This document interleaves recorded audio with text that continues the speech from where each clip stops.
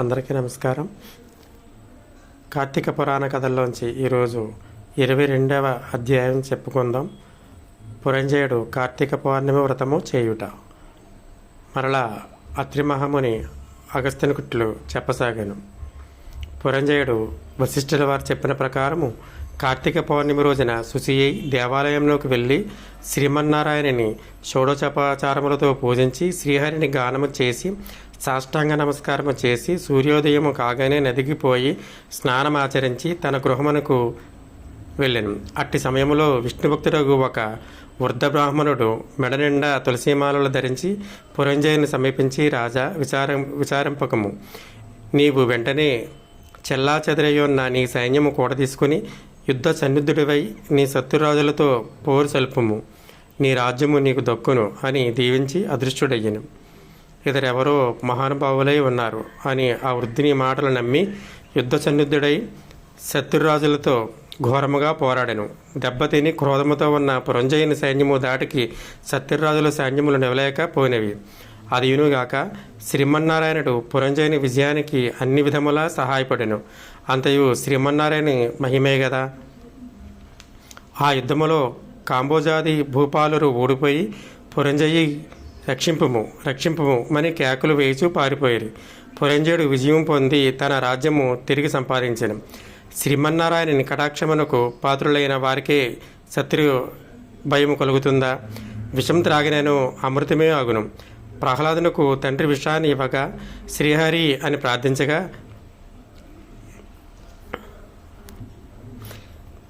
శ్రీహరి అని ప్రార్థించి త్రాగక అమృతమైనది కదా. శ్రీహరి కటాక్షం వలన సూర్యచంద్రులంత వరకు ధ్రువుడు చిరంజీవియే కదా. హరినామస్మరణ చేసిన వారికి శత్రువు మిత్రుడగును, అధర్మము ధర్మముగా మారును. దైవానుగ్రహము లేని వారికి ధర్మమే అధర్మమగును. త్రాడు పామై ఖర్చును. కార్తీక మాసమంతయు నదీ స్నానం అనరించి దేవాలయంలో జ్యోతిని వెలిగించి దీపారాధన చేసినచో సర్వ విపత్తులను పటాపంచలగును. అన్ని సౌఖ్యములు సమకూరును. విష్ణుభక్తి కలిగి శ్రద్ధతో ఆ వ్రతం ఆచరించిన వారికి ఏ జాతి వారికైనను పుణ్యము సమానమే.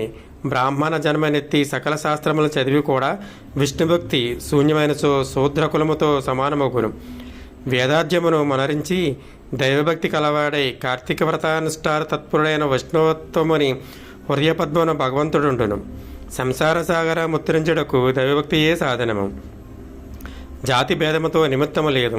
విష్ణుభక్తి ప్రభావము వర్ణాతీతము.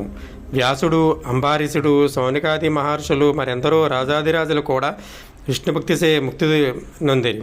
శ్రీహరి భక్తవత్సలుడు సదా పుణ్యాత్ములను కంటికి రెప్పవలే కాపాడుచుండును. ఎవరికైనాను శక్తి లేని ఎడల వారు తమ ద్రవ్యము వెచ్చించేయనను మరి ఒకరి చేత దాన ధర్మములు వ్రతములు చేయించవచ్చును.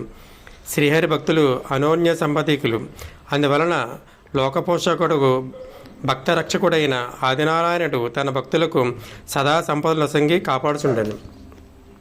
శ్రీమన్నారాయణుడు సర్వాంతర్యామి, 1000 సూర్య భగవానుల తేజస్సు గలవాడు, నిరాకారుడు, నిర్వికల్పుడు, నిత్యానందుడు, నీరజాక్షుడు, 14 లోకములను తన కుక్షియందుండుకుని కాపాడుచున్న ఆదినారాయణుడు.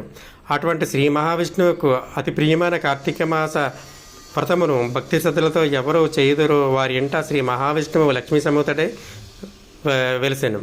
ఆ ఇల్లు సిరి సంపదలతో కలకల్లాడుచుండెను. కార్తీక మాసములో శుచియై పురాణ పఠనము చేసినచో పితృదేవతలు సంతోషించెదరు. వారి వంశీయంతయు వృద్ధి చెందెను.